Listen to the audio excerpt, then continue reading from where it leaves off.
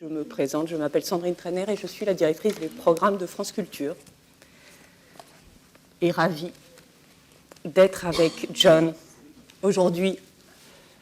Alors, je suis partie du principe que certains d'entre vous connaissent son œuvre, que d'autres ne la connaissent pas, que certains ont lu certains livres, que d'autres en ont lu d'autres.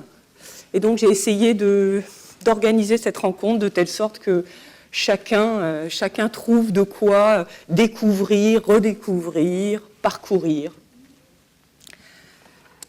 Peut-être quelques mots d'introduction, très rapide pour présenter John Banville, vous dire que c'est donc bien entendu un auteur qui écrit sous deux noms, le sien, John Banville, et puis un autre nom qui est le nom sous lequel il écrit des romans policiers. Quand je l'ai trouvé ce matin, il était tôt, il était déjà en train de parler de meurtre. Donc peut-être que l'identité de Benjamin Black est une identité très importante ces temps-ci, il nous le dira. Une œuvre, et puis une œuvre de critique littéraire, comme le public français le sait, le Booker Prize en 2005, pour un livre que j'aime énormément personnellement, de Si, la mer.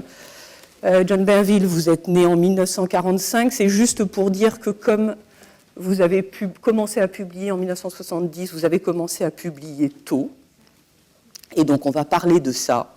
25 ans au moment où vous publiez votre premier livre. Depuis, vous avez écrit de manière régulière, plus de 20 romans, beaucoup traduits en France. Et puis on va parler aussi du prix Kafka que vous avez eu en 2011, de vos liens avec certains auteurs du passé. Alors la première question, ce serait celle-là, John Banville. Comment est-ce que l'on interviewerait un écrivain dans votre propre pays? Vous êtes critique littéraire, vous seriez à ma place, quelle serait la première question que vous poseriez à un auteur?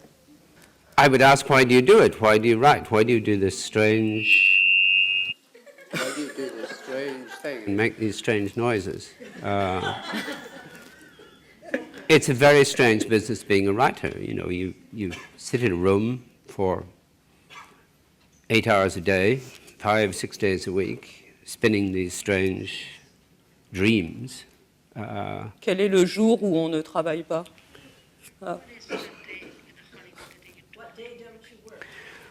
Well, I try to take Sundays off, but I hate weekends. I mean, I would love a weekendless week. Oh.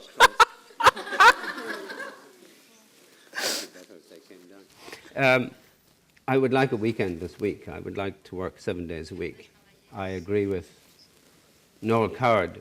Well, he said that work is more fun than play. I say that work is more fun than fun.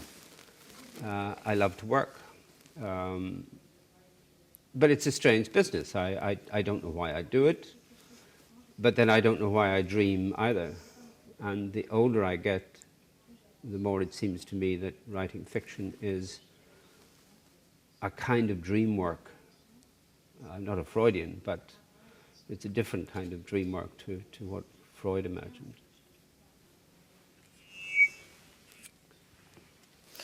Mais est-ce que vous seriez en mesure de dire, pour moi, avec la littérature, il s'agit de comprendre, ou il s'agit de préserver, de retenir, d'écrire? Est-ce que vous sauriez dire, au fond, quel est le moteur qui vous amène de roman en roman à écrire?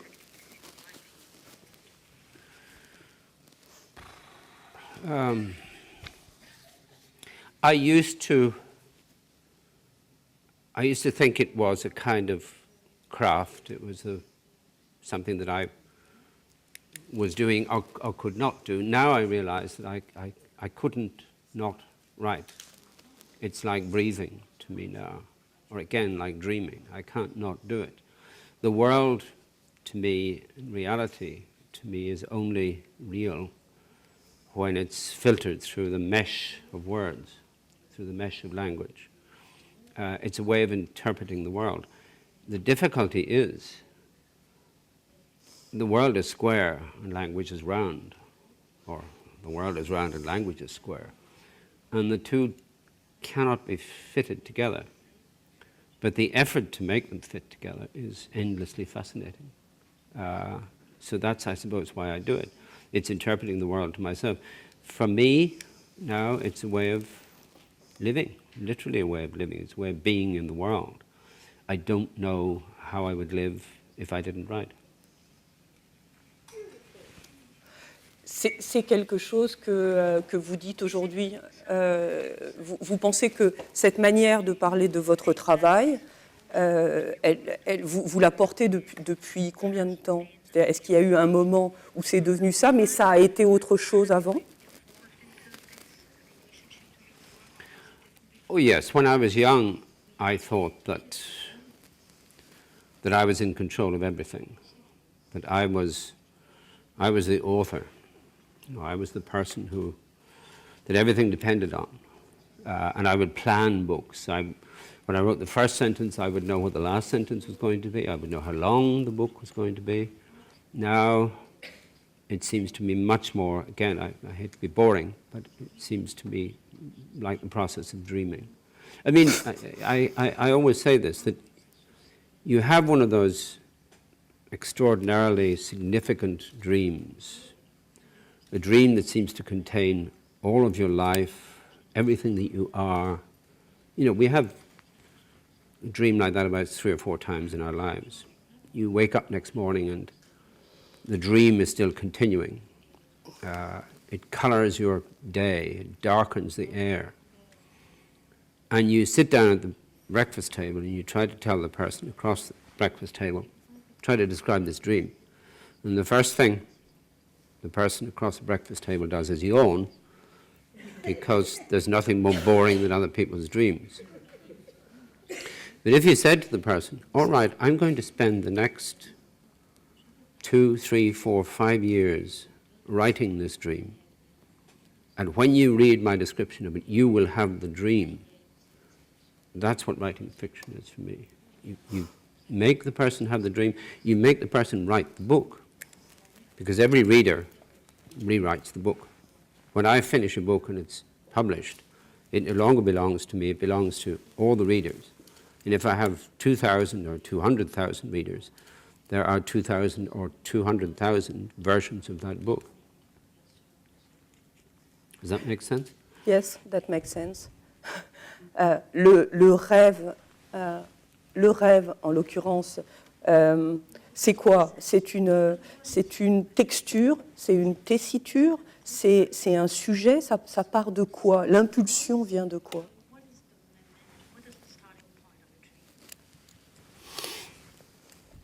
Well, as I say, I think a dream contains an essence.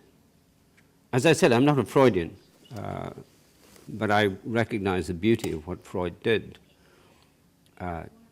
He recognized that dreams are the stories we tell ourselves about ourselves in a disguised form. And it's the disguise that's important. Because when I write now, really I realize I don't know what I'm doing. And I don't know why I'm doing it. I don't know why I take a story in a certain direction. In the old days, I would try to control it. I would think very hard. I would lie in bed sleepless at night, thinking, why am I doing this? Why am I taking the story in this direction? Now I just let it happen. And I write by the sentence. There's a saying in English, if you look after the pennies, the pounds will take care of themselves. Right? I look after the sentences and I let the chapters take care of themselves. I trust the sentence to guide me. I trust each sentence to guide me to the next sentence. And eventually, one day, I say, oh, the book is finished. Or at least I'm finished with the book. You know, everybody knows Paul Valéry's dictum that the poem is never finished, only abandoned. And that's true of every work of art. But there comes a moment when you know this is when I should abandon it. And that's when it's done, more or less. But of course, one knows that it's deeply imperfect, deeply flawed. so I can't bear to revisit my books. They embarrass me, and every time when I do public readings, it's a great pain because audiences forget that the writer has written the book some time ago and is revisiting past work and is deeply embarrassed and deeply ashamed. Because every time I read in public, I think, oh Christ, why did I say that? Or I find a repetition, on line 3, there'll be in fact, I did a reading recently from an old book of mine, the Book of Evidence. And on one line, something was smeared across the sky, and then 4 lines later, the word smeared appeared again. And I was horribly embarrassed for myself. Maybe nobody noticed, but I noticed. And it's that drive towards perfection that one will never reach. That's what keeps me going. I complained about this once to my wife, and she said, well, if you got it right, you wouldn't write anymore, and then what would you do? And it's a good question.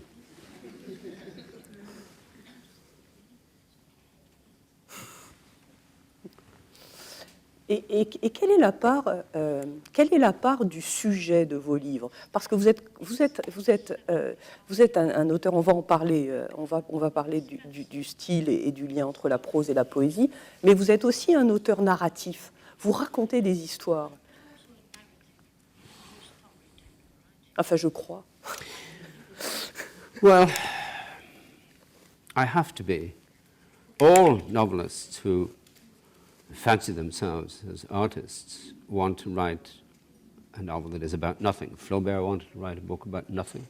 Joyce was a great admirer of Flaubert, wanted to write a book about nothing. Pretty well succeeded in Finnegan's Wake.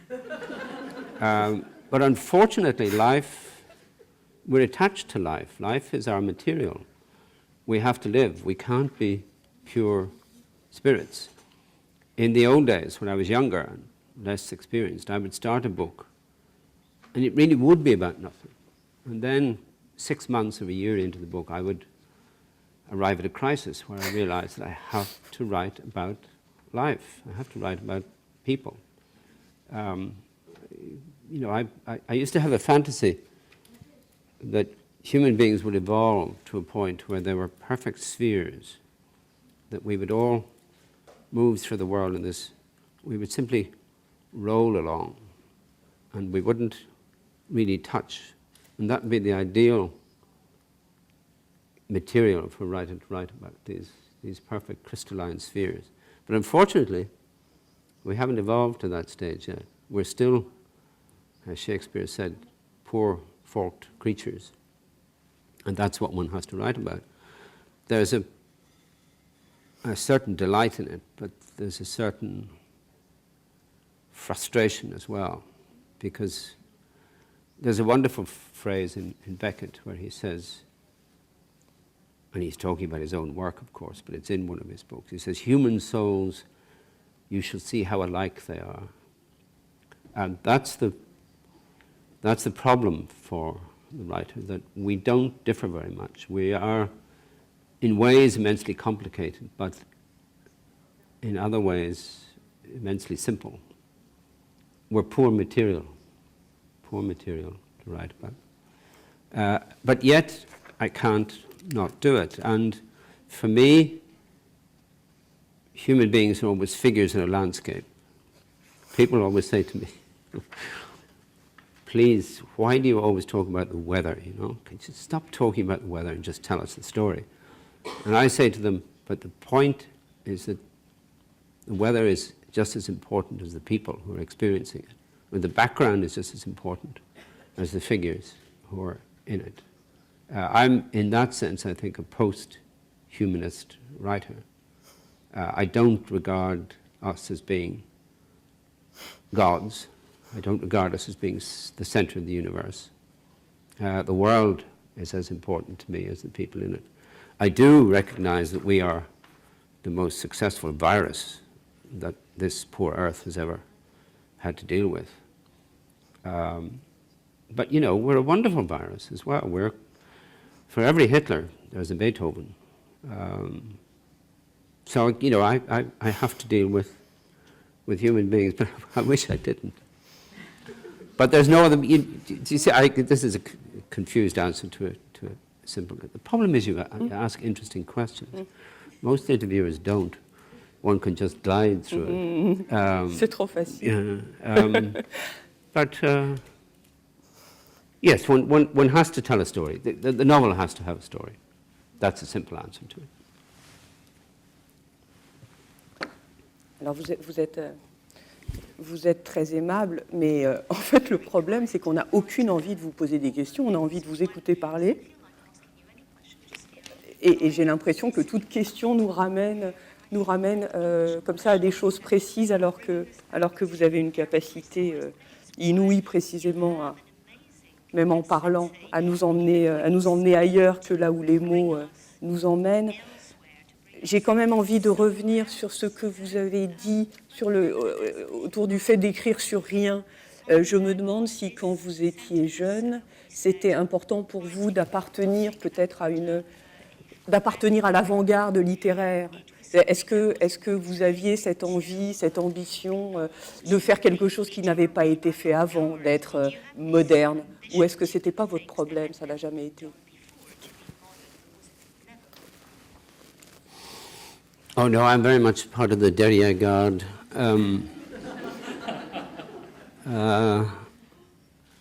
I have an ongoing argument with modernism, which, you know, is now 100 years old. We still talk about modern art when we're talking about art that's 100 years old.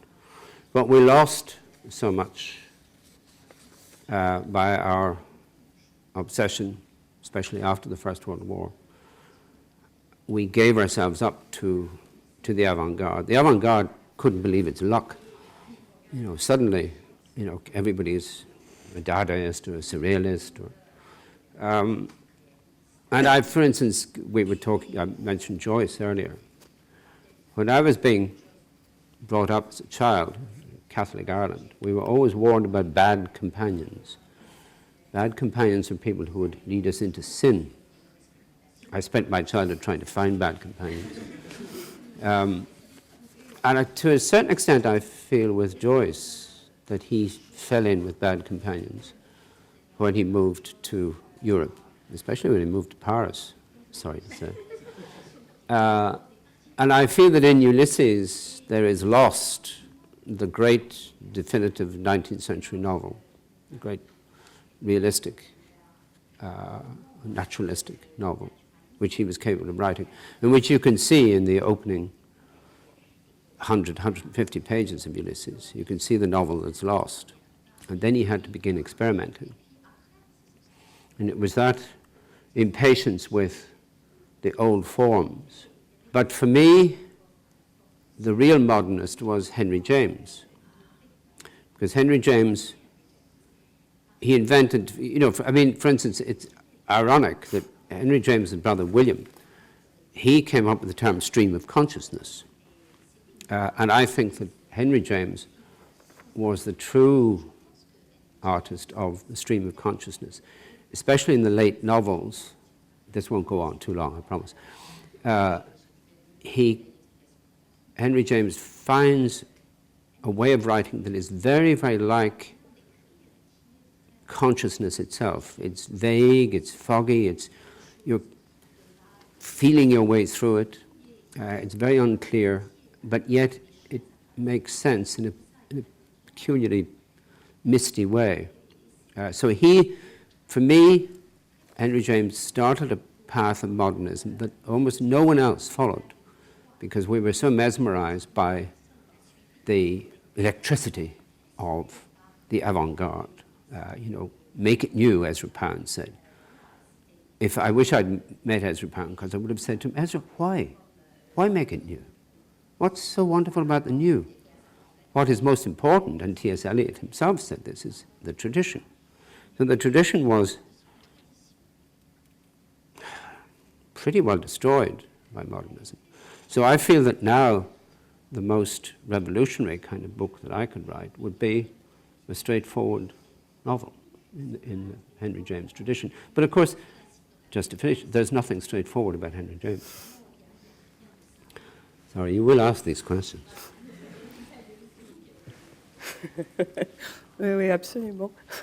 Alors, pour dire ça autrement, si on prend un roman comme La mer, je me figure que peut-être c'est un des livres qui a été beaucoup lu en France, qui est un roman où il est question de deuil, un roman mélancolique où il est question de deuil et d'amour et de chagrin.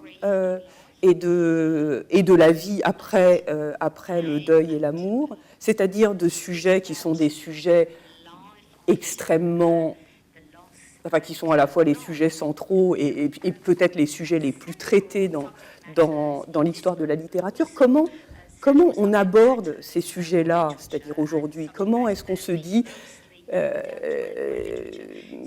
comment fait-on pour renouveler la manière de parler de choses comme celle-là?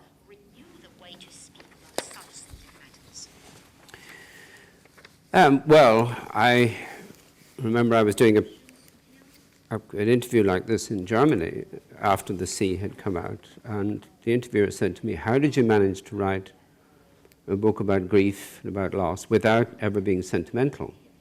It was a wonderful compliment, I thought. So that's a way of doing it, is not to be sentimental, is to treat it realistically. But again, how would I put it? There are two books. There's the book that I write, and there's the book that readers read. And they're really quite different. Because as I said earlier, I work by the sentence, and I make these sentences, I make them as near to perfect as I can get them. God knows what translators do with them. Have a hard time, I imagine. And in a way, the feeling, the sentiment is incidental for me. But for the reader, it's not. I was surprised when The Sea was published. I had a lot of letters from people who had been bereaved, whose wives or husbands had died. And they wrote and said, "You must have suffered a bereavement because you write about it so well." And it reminded me, I have a friend in Ireland who, her private life is always in total chaos. And she used to say to me, "John, tell me what to do about this lover of mine or this whatever." And I would say, "You're asking exactly the wrong person, because I can write about life, but I don't know anything about it." This is the curious, contradictory thing about novelists. We really don't know about it, but we can write about it. It's as if we're idiot savant or something. I can talk about all kinds of things in a book that I didn't know I knew about, and that even when I've written about them, I still don't know about them. I know this is coming very close to that kind of mystical thing that writers say, "Oh, it was dictated to me." And of course it wasn't dictated to me. I generated it myself. But I have areas of knowledge about life that I'm not aware of. I don't know if that makes sense. That's, I think, and I suspect that's why novelists do what they do. They're trying to discover what it is they know without knowing. Never thought of that before, but I think that's true. Yeah, I think I write to find out what it is that I know, but I never do find out what I know.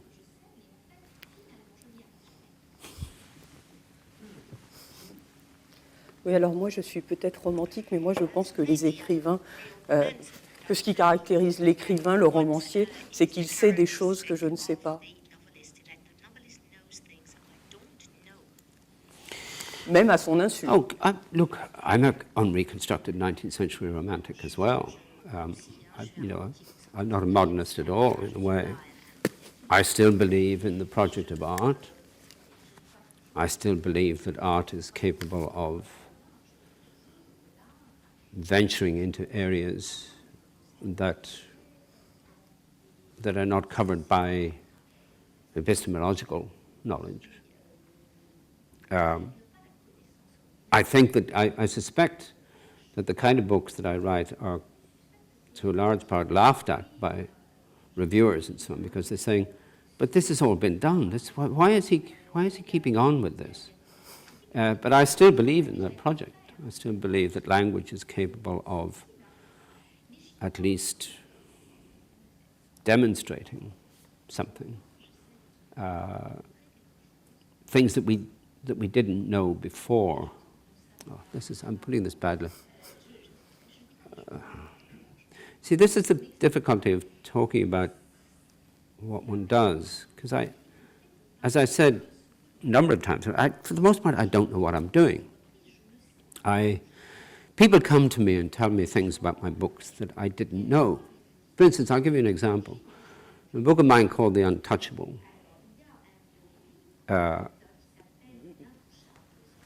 It's about a spy, and so it doesn't matter what it's about, but one of the themes of it is the question of which is more important, the life of the mind or the life in the world. And at the end of it, my character is about to shoot himself, and he says, now here's a question, in the head or in the heart, which will be better? And people said to me how wonderfully I had encapsulated the theme of the book in this sentence. I had no notion of doing that. When I wrote that sentence, I was thinking about a man thinking, which will be less painful, shoot in the head or in the heart? But the fact is, it is in the book, since readers saw it in the book. You see what I mean? So it's that kind of thing that makes me stand back and say, right, you take the book, you read it, you make of it something new, something that I didn't do. I don't think that's an answer to your question, but do my best. Au début de notre entretien, vous avez parlé d'artisanat en parlant de votre travail. Et le terme d'artisanat que j'aime beaucoup m'amène à vous demander si, si l'écriture est un artisanat, est-ce que l'on apprend ? Est-ce que l'on apprend et est-ce que, au fond, quelque chose devient plus facile avec le temps de livre en livre ?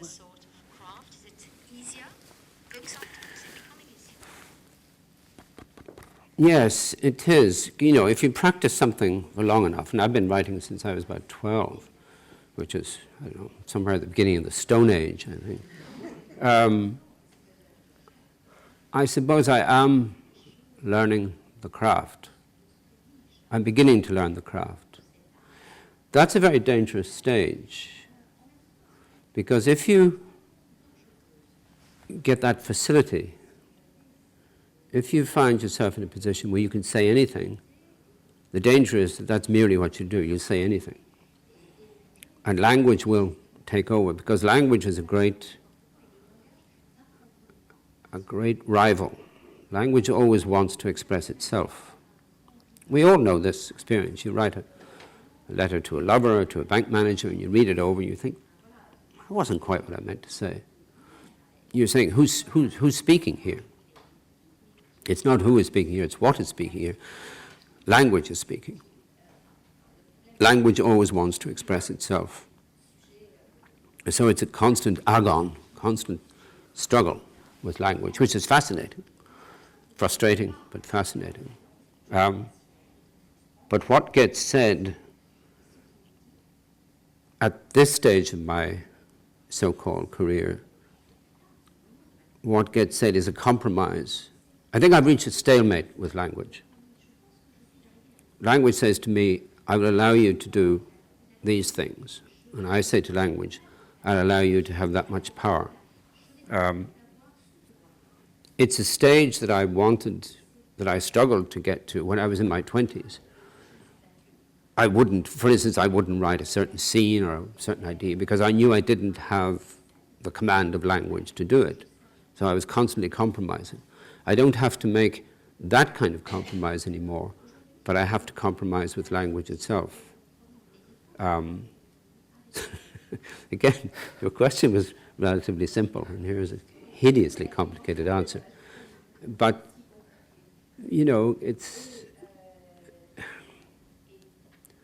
language is endlessly fascinating and endlessly treacherous. It seems to, and especially the English language, which is so impure. I mean, compared to French, compared to German, the English language is very impure indeed. But that's the joy of it. And I delight in discovering entirely ambiguous words. For instance, the word in English, cleave. Cleave means two completely separate things. It means to cut and it means to join. I love that. I love that I can use a word, I can put a word into a sentence where immediately the reader is thrown off. You know, which usage is being employed here? That's the fascination of language. And especially for Irish writers, because you must understand, Irish writers are not at home in the English language. Even though we haven't spoken Irish for nearly 200 years now, it's still built into us in that awful cliche. It's hardwired into us. And the Irish language is a very poetic, very oblique language. I always think of it as more a mode of avoidance than of communication. Whereas English is very direct, certainly the English that was imposed on Ireland in the 19th century. And this is very good for Irish writers because the language that we write in, which we call Hiberno English, is entirely different to English English. We have great problems because, of course, we all publish in London. And London reviewers imagine that we've written failed attempts at an English novel. It's very hard to say to them, no, this is something different. This is an Irish novel. But again, it's endlessly fascinating to I mean, for instance, I love Nabokov, the way Nabokov writes in English. And I can see that in a peculiar way, I write in the same way because I'm a stranger in this language. It doesn't make sense, I know, but we're always outside it. We're always examining the language and delighting in it. Probably too much. The danger for Irish writers is that we will roll in language like a pig in mud, throwing it over ourselves. And we have to try to discipline ourselves. But we love this extraordinary language that was given to us. We took the language of the invader and made something new out of it. And it's delightful language to write in. Your question was, is it getting easier? I suppose it is getting a little easier, but I would hate it to be easy to do, because then I'd give it up. Nothing easy is worth doing.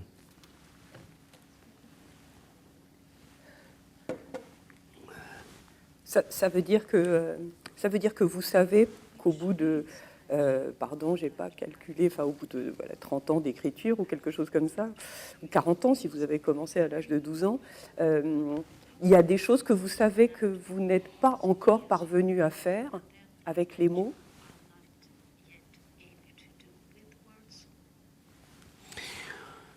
Yeah, that's a good question. You see, again, it's very interesting because you don't know how many compromises you've made with yourself. It may be that when I was in my 20s, my 30s, my 40s, even in my 50s, I found myself trying to do things that I couldn't do, so maybe I quietly gave up trying to do those. So maybe what I imagine now to be a great facility with language is merely the result of compromise. Maybe I don't try to do things that I'm not capable of. Maybe that's what facility means. But I do find a strange phenomenon now that sometimes, often, in fact, I will write a sentence and there'll be a word in the sentence that I don't know the meaning of. And then I look it up and I will discover that it's the right word. So there's obviously a hoard of words buried in me, got from my reading, that I'm not even aware of.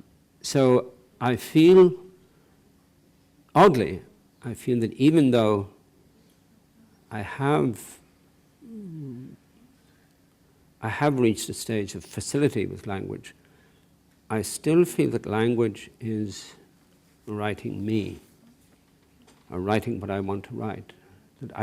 Again, I go back to saying that what I write, what everybody writes, I think, is an agreed compromise, an agreed stalemate, an agreed ceasefire between me and language.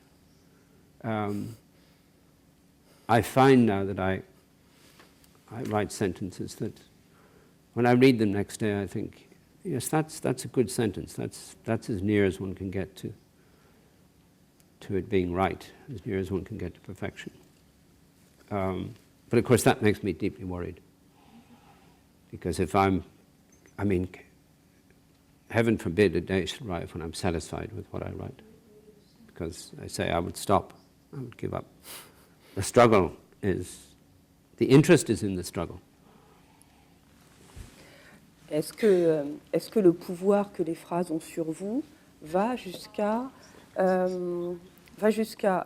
avoir le pouvoir d'emmener le roman ailleurs, finalement, que là où vous pensiez l'emmener? C'est-à-dire, est-ce que d'une phrase à l'autre, l'histoire elle-même peut bifurquer à votre insu?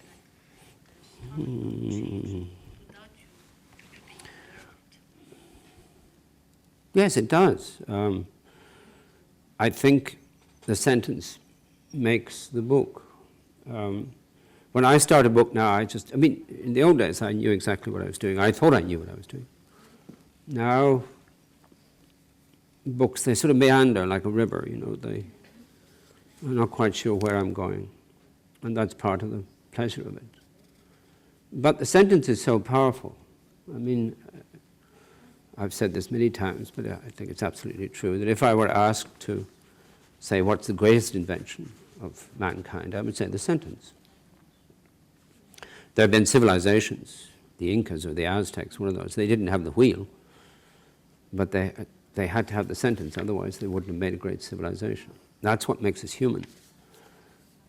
It's the sentence that allows us to think, to declare, to be conscious, to be human. And it's a wonderful privilege that here I am, working every day with this essential invention of humankind. But it is, as I said earlier, language is treacherous. It constantly wants you to be comfortable. Language always tries to persuade you that you've got it said. And the computer is a great help in this, because the computer helps language in its treachery. Because on the computer, everything looks as if it's written, whereas it's only typed. So you have to constantly interrogate language, interrogate the sentence. There is no sentence that cannot be improved. At some point you have to abandon it, but you know that it could be just a little bit better than it is.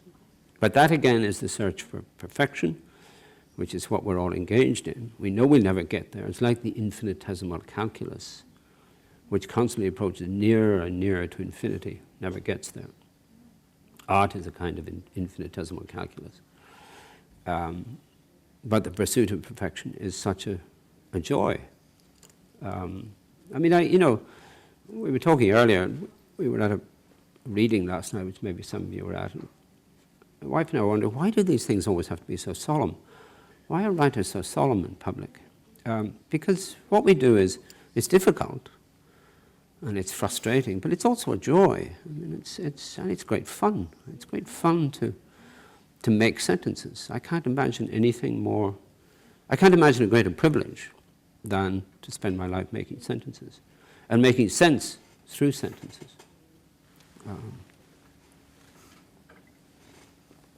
I realize that more and more, I don't answer the question you've asked. I'm turning into a politician.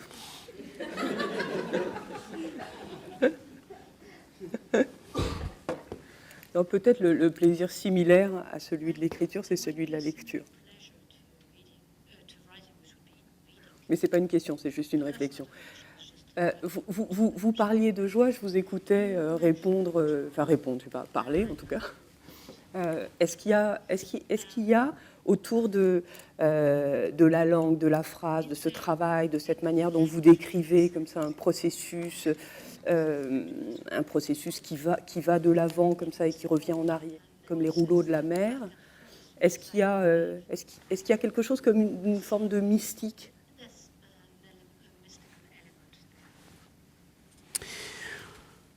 Well, I try not to be mystical. Bon, je peux changer de, je peux changer. I can find another question. If you No, want. no, no, no, no, no, no, no, no. These are very interesting questions. Too much so.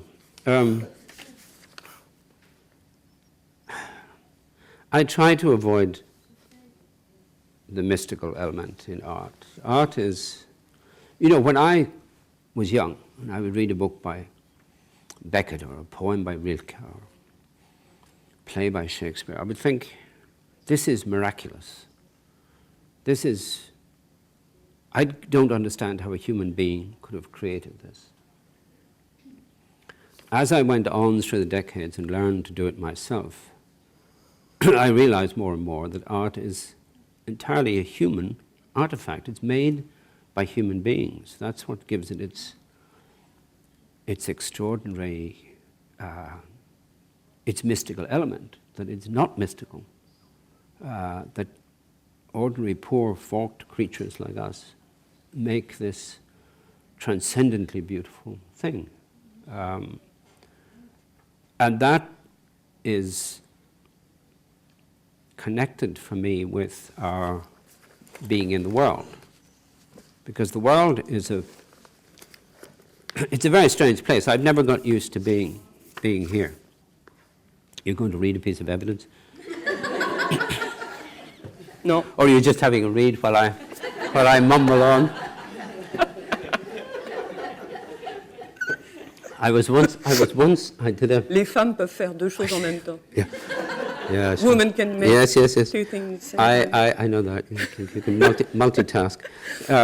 I was once doing an on-stage interview with two other writers and a chairman, and in the middle of it, his phone rang, and he took the call. He took the call while we sat there. Why I didn't walk off stage, I don't know, but he took the call. Right. So I didn't. anyway, what was I saying? The mystical element. No, I don't. I try to deny the mystical element. But things happen in a book that I don't understand and that I didn't intend. And if that's mystical element, then I suppose it is. There is a certain transcendent quality to. No, not quality. There's a certain transcendence involved in making art. That art is always better than the artist. If you look at someone like Céline, poor old Céline, we always bring him up as an example of seems a wicked man producing at least one masterpiece. But, I'm not as good as my books. I wish I were, but I can't be because I'm defective emotionally and morally in a way that my books aren't. Because this is great, I'm beginning to lose my voice. People talk to me about, do I have a moral sense as an artist? Ah bon? And I say, no. The artist has to be entirely amoral.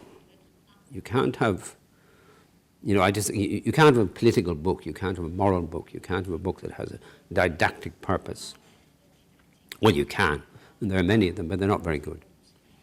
Because if you write, say, with a political ideal, and you try to write a novel with politics in it, you'll have a bad novel and bad politics. But in a peculiar way, the work of art, let's widen it to say, the work of art is always a moral object in the world. If for no other reason than it's the absolute best that the artist could do. There are very few things. Craftsmanship, we talked about this earlier, the craftwork is the best that the craftsman could do. But in art, there's an extra element which transcends the craft. And that is entirely separate from the moral state of the person who made the work of art. In other words, you can be quite a wicked person, and produce a very beautiful work of art, because it doesn't depend on your own morals. Again, does that make sense? I think God is striking me mute. Non, ce que j'étais allé chercher, pour être sûr de ne pas dire une bêtise, c'est cette première phrase. C'est cette première phrase on est toujours mal compris, hein, mais pendant que vous parliez de mystique, je repensais à la première phrase de la mère, qui est « Ils partirent les dieux le jour de la drôle de marée ». Et en fait, le roman peut commencer au moment où les dieux se retirent.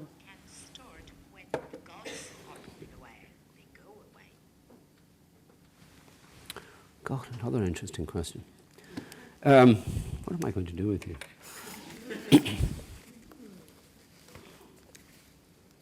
No, the gods have to be present. The gods are always present in a work of art, I think. The older I get, the more of a pagan I become. I do believe that. What do I believe?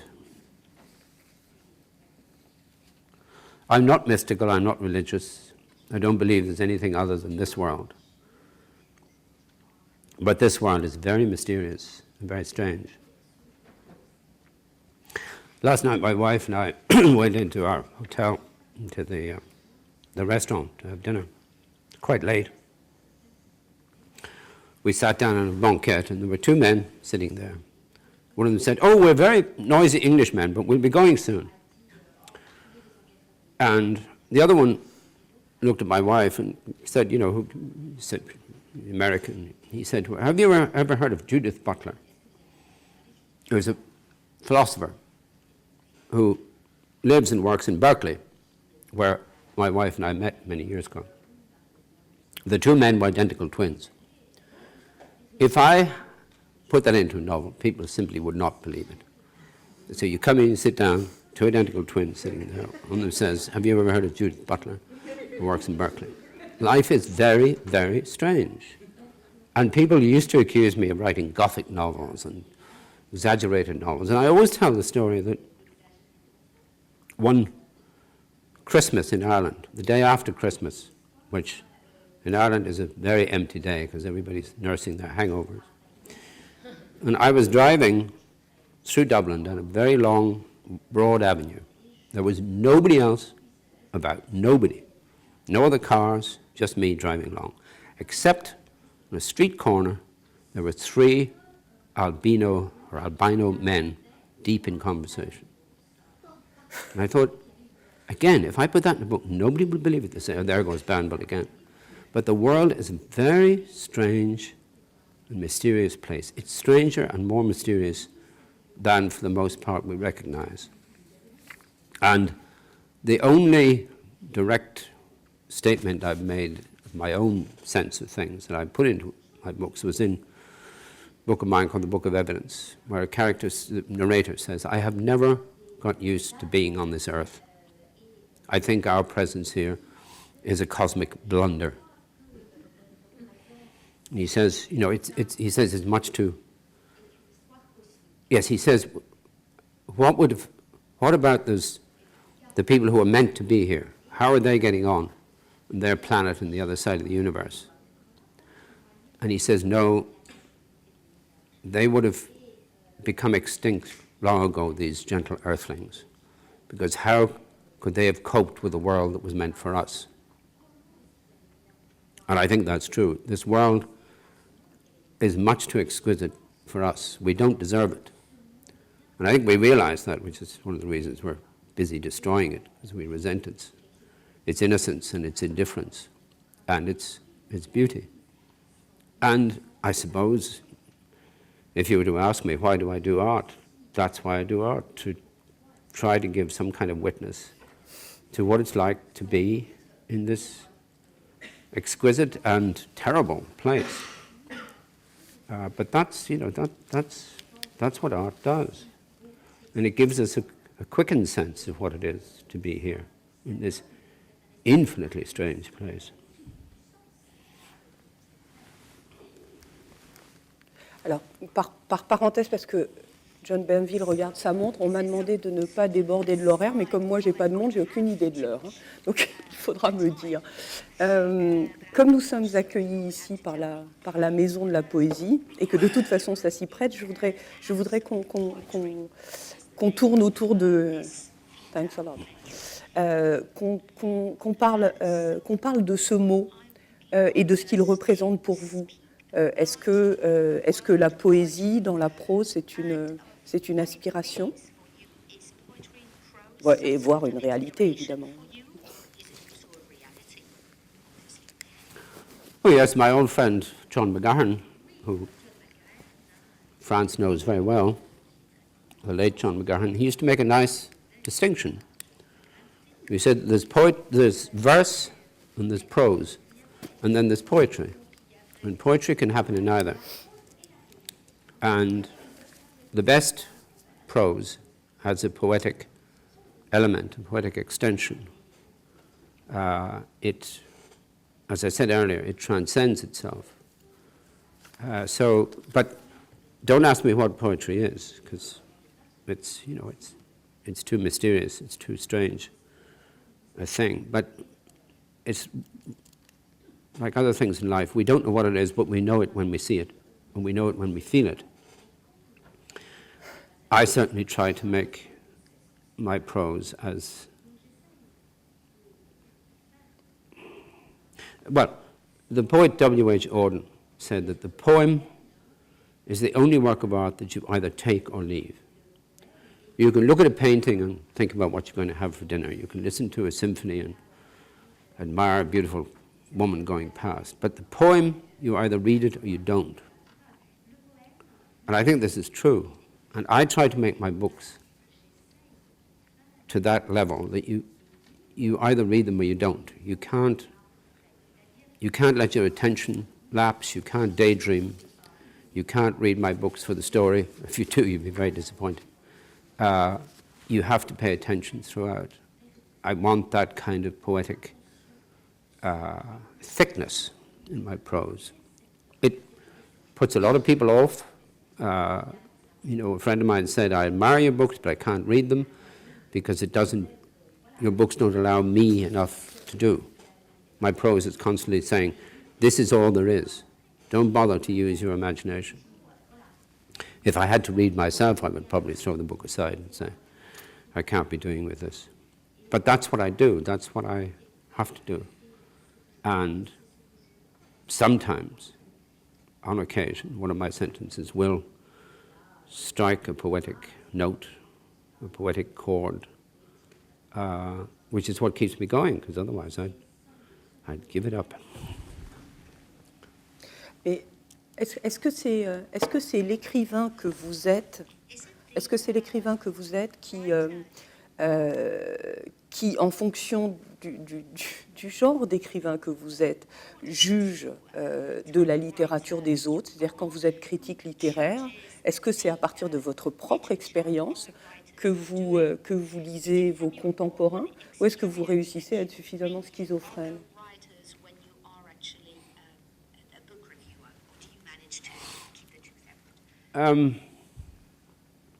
Look, I'm a book reviewer because I think that book reviewing is an honorable trade. I think it's necessary. I'm not a critic. I was asked recently to bring out a book of my criticism, and I said I don't write criticism, I write book reviews. I get a book which is new, other people haven't read it, and my review is saying, here is one man's judgment of a book that you will not have read yet. And it's a kind of guide. It doesn't pretend to be all-knowing. It doesn't pretend to be definitive. I frequently change my mind after I've written a review. Maybe a year later I'll think, no, I was completely wrong about that book. But I assume readers understand that. So it's, as I say, an honorable trade. Do I do it? I don't judge books against my own standards. I try to judge them by their own standards. Try to judge the book by what it's obvious from internal evidence the author set out to do. That's the best that I can do for them. it would be wrong to judge them against my own standards, because I'm the only person who can write my kind of book.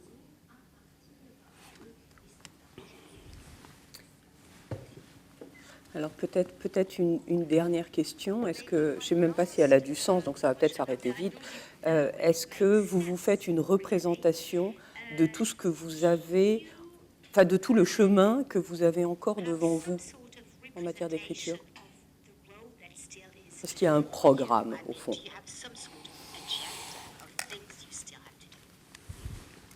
Oh yes, I'm only starting. I've done practically nothing yet. There are one or two books. Well, there are one or two sentences in one or two books that I think, yeah, I couldn't have done those any better. But I'm still practicing, I'm still learning. I have, I think, a lot to say. Over the past year or so, I began to wonder if I had finished my task, if I'd written what I have to write. But then I started a new book, and I'm doing things in it that I haven't done before. So I think maybe I will continue. There's a lovely story. I like to end with my hero, Henry James. But when he was dying and was in a coma, his hand was still moving over the sheet. He was still writing. I'd like to think that when I'm about to pop off, that I'm still writing. The pen will fall from my dead hand. Elle est vraie, votre histoire? Is it true? Yes. Really? Yes, yeah. I mean, he was going through the motions of writing. This is what we do. Writers write. We really don't know how to do anything else. We're probably defective human beings from the start. This is why we become writers. That's why we become artists. There's nothing else for us to do. It's just a happy coincidence that what we do is shared by a lot of other people. I'm always astonished. I sit in a room and I write this book for 2, 3, 4, 5 years, and I publish it, and other people read it. And I find this very strange, because I think, how can they share this dream that I've written? But they do. As I said that earlier in that analogy, I've written out the dream, and people read it and somehow have the dream and somehow write the book. So yes, I'll keep doing it. I'm afraid there's no end to it. We should stop.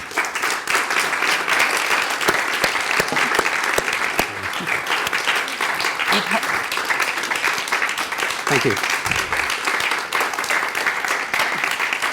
Merci beaucoup. It has been a pleasure and an honor to talk with you. Merci à vous.